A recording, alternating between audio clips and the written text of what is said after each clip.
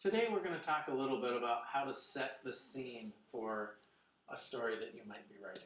And it might be a one-page story and it might be a three-page story, but every story has a setting. Movies, books, they all have settings. And there's three parts that we want to talk about today quickly. One of them is the place. Where does your story take place? That's an obvious one, and most people think about that when they think of the setting. Where does it take place? The second thing is not quite as obvious, but it's the time. What time of day does it take place? What season does it take place? What historical period does it take place? Is it the past, or is it the present, or is it even the future? Could be 200 years in the future. One part of time that a lot of people don't think about, though, is how long will your story take place? Are you going to be describing 15 minutes of your life or your character's life?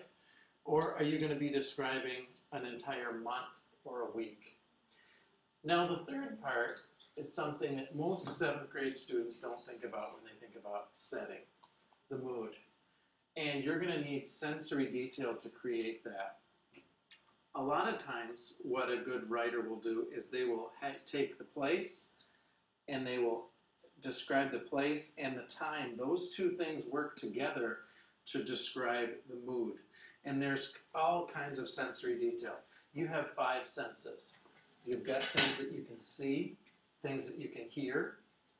So you can see, what do you hear, things that you can feel, or your characters feel, things that they can smell. All of these things create the mood. And we're going to be working in the next few days to create the setting in your writing.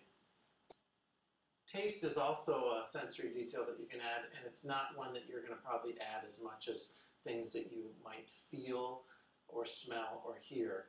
See is an obvious one, but this one is really going to be used to create the mood. What is the character feeling? Now, we're going to look at an example in the next slide that is from a book. And this particular piece of writing is filled with setting. There's time, there's place, and there's mood. And on the next slide that you're going to see in a couple seconds, I've identified some things. We're going to use a term called annotation, where you mark up your text. And I've annotated it with 3 different categories. I've got time in yellow, place in kind of an orange color, and mood in blue.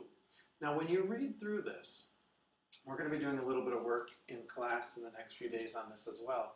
But you read through this, I've left some out. You might be able to find a couple examples that I didn't underline because I was getting quite a bit of annotation on this sheet. I didn't want to make it too cluttered.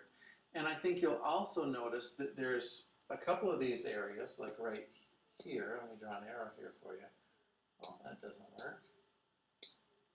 Let's see. Here we go. Here's our arrow. You'll see a couple areas that have double this sentence here that says, "Winter brings blizzards. Hot tornadic winds arise in the spring." That is describing the place right here. It's definitely describing the place. But it's also describing the mood.